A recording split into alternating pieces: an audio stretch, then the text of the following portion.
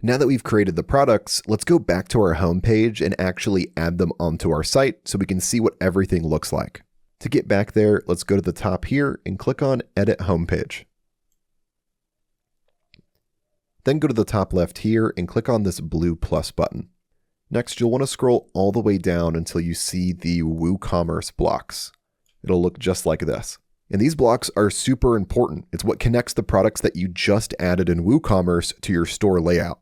WooCommerce essentially handles all of your products in the back end, and then these blocks let you pull them onto your site visually wherever you want. So let's scroll down here and find the New Arrivals block. And then I'll simply click on it to add it onto my website. And there we go. Just like that, it shows the 3 products that we just created. And then my customer is able to click into them and actually add them to their cart. If you want to adjust anything here, just simply click into it. And then you have these options here on the right-hand side. And now if I want to see what the product page actually looks like, let's click on the preview button here at the top to open up our website in another window.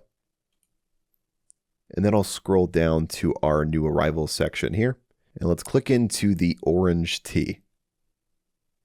Here, if I scroll down, I have the Add to Cart button. I can see my product photo, the other photos that I have here as well. If I scroll down, we'll also find the product description where our customers can leave reviews. And then once my customer is ready to add the product to their cart, they can click on Add to Cart right here.